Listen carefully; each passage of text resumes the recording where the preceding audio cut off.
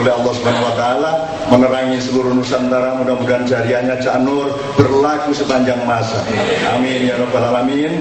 Nyun sewu satu persatu ini. Gusmus nyun sewu belum. Saya sudah sangat kangen karena lama tidak dibisui sama Gusmus. Kalau Kiai Miso itu dapat pahala. Ya, kalau yang Miso saya itu maksiat, Gusmus yang Miso itu kalimat thayyibah. Karena hatinya beda, niatnya beda. Ibu terus gitu. Makanya di Indonesia itu tidak peduli BBM naik, cengengesan. Oke, nanti Gusmus akan joget. Bismillahirrahmanirrahim. Saya mohon dengan sangat satu persatu siapa yang mungkin Romo Beni dulu lah, karena yang agak 3 km tadi jaraknya ya. Oke, Romo Beni, saya persilakan Romo Beni. 1, 2, 1, 2 yang terpenting yang bisa kita hikmai, kita pelajari dari persentuhan antara panjenengan dengan Cak Nur. Ya, Cak Nur Novelis Majid itu kan kita melihat sebagai bapak bangsa, sikapnya jelas terhadap bahwa dia menginginkan bangsa ini sebenarnya bebas dari belenggu yang namanya penjajahan dan feodalisme. Ketika kami aktif di gerakan moral nasional, Cak Nur sekali selalu mengingatkan awas bahaya fundamentalis agama dan fundamentalis massa. Dan kita menghadapi sekarang peringatan Cak Nur itu. Maka Cak Nur selalu mengoreksi kebijakan-kebijakan pemerintah agar pemerintah itu lebih menjunjung tinggi kemanusiaan dan keadilan. Maka Cak Nur itu menjadi cita rasa kita, seorang bangsa negarawan yang kita kehilangan sekarang adalah negarawan yang sejati, yang hidup untuk masyarakat dan rakyat. Maka bagi dia agama itu menjadikan semacam, agama harus memberikan sebuah pewarna bagi kehidupan bangsa ini, dan agama harus memberikan inspirasi bangsa ini keluar dari ketidakadilan dan menuju kemanusiaan. Dan itulah warisan Cak Nur, yaitu membangun bangsa dan kedaulatan itu. Bagi Cak Nur yang penting adalah bangsa ini harus membangun suatu kesadaran, cara berpikir, cara bernalar, dan cara relasinya untuk rakyat dan untuk bangsanya. Maka bagi Cak Nur, nilai-nilai ketuhanan itu menjadi otentik ketika dia menyintai kemanusiaan dan keadilan. Dan itulah yang dia katakan bahwa Indonesia itu adalah semacam sebuah bunga-bunga yang indah sekali. Dan bunga-bunga itulah yang selama ini oleh Cak Nur dipelihara dengan komitmen kepancasilaannya dan Bhinneka Tunggal Ika. Maka warisan yang besar adalah bagi saya sikap yang pluralis autentik itu, ketika dia mencintai kemanusiaan dan keadilan menjadi cara berpikir, bertindak, dan bernalar. Terlebih dia hidupnya, komitmennya untuk bangsa. Dan itulah yang harus kita teladani bersama, bagaimana kita dalam memperingati hari-hari ini mengingatkan kepada elit politik kita bahwa Cak Nur sudah memberi sumbangan besar bagi bangsa ini, menyelamatkan keindonesiaan ini. Agar Indonesia yang tetap selamat ini, maka orang harus kembali kepada roh, dan roh itu pada Pancasila dan Undang-Undang Dasar 45 yang tidak dikatakan tetapi dijalankan oleh kami. Maka kami kehilangan negarawan yang besar, dan negarawan itu tidak perlu dipublikasikan, tetapi dengan diamnya Cak Nur itu sebenarnya kita diingatkan bahwa bangsa ini harus diselamatkan dari dua kekuatan besar. Cak Nur hampir mirip dengan Cak Nur. Kalau Cak Nur, jadi miripnya itu gini. Kalau Cak Nur ini teman saya dari Kiai Kanjeng, agak ya biasa kan, Kiai Kanjeng itu tidak jelas identitasnya. Kalau Nurpolis identitasnya jelas. Itu bedanya. Kalau jelas gampang ditembak.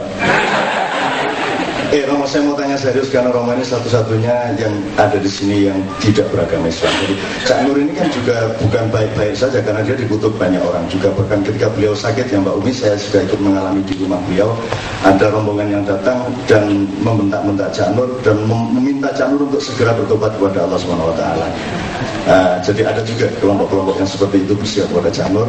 Setahu Romo Beni, Cak Nur itu kalau menghadapi kelompok yang seperti itu sikapnya bagaimana? Saya lihat sikapnya lembut ya. Artinya dia tidak keras, bahkan tidak melawan, tetapi sikap dia memaafkan. Ini yang luar biasa. Oke. Dan itu yang selama itulah yang saya sebut negarawan gitu. Jadi dia mengatasi formalitas, mengatasi identitas keagamaan. Jadi negarawan itu orang yang berani untuk menghadapi orang-orang itu dengan kesantunan. Nah yang sekarang ini kan kehilangan kesantunan itu, kesantunan publiknya nggak ada. Yang sekarang itu siapa? Ya sekarang kita semua ini. Kan kita jujur kan. Jadi kita tidak ada kesantunan. Sampai tidak punya keluarga, jadi agak bisa.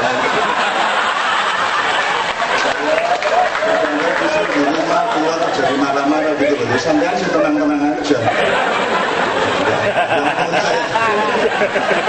Maksud saya gini, ini nyun sewu, karena ini paralel dengan isu-isu terakhir misalnya filmnya Wilders ya, ada karikatur mengenai Muhammad di Denmark segala macam kan, sejumlah kelompok yang disebut fundamentalis itu kan segera mengibarkan bendera perang pada kadar kayak apapun, termasuk sikap kepada Ahmadiyah segala macam, menggunakan karakter-karakter materi, karakter padat, bukan karakter energi atau roh kan gitu.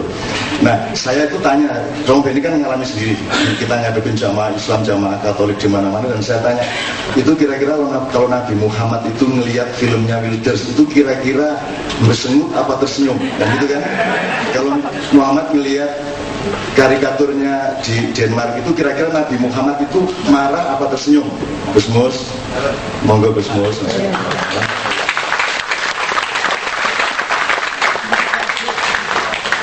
PKB piye Gus?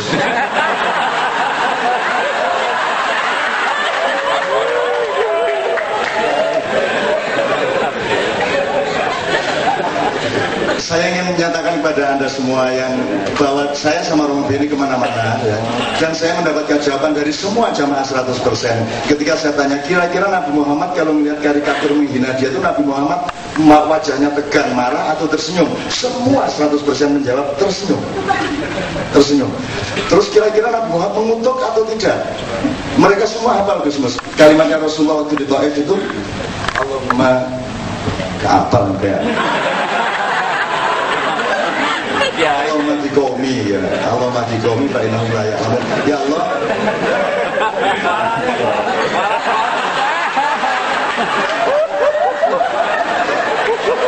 Ya aku di NU ya, NU ini carane. NU itu sama Tuhan aja friend kok.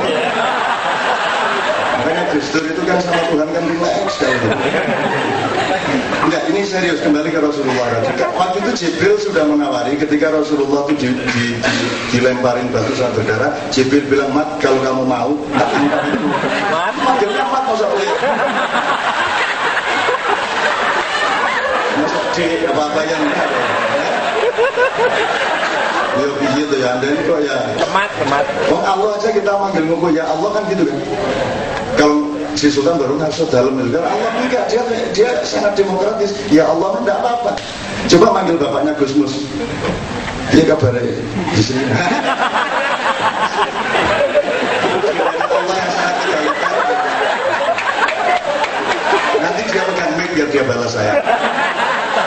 Nah, terus Jibril mau ngambil gunung itu, mau ditimpakan ke Taif, dan Muhammad mengatakan, oh enggak usah, Allahumma tikomi, ya Allah, berilah hidayah kepada orang-orang yang menghina saya dan melempari saya ini, karena mereka tidak mengerti apa yang dia perbuat. Maka ketika ada film Wilders, ada penghinaan segala macam itu, saya tegaskan kepada semua jamaah yang ketemu sama saya, siapa di antara Anda yang berani bersikap tidak seperti Muhammad?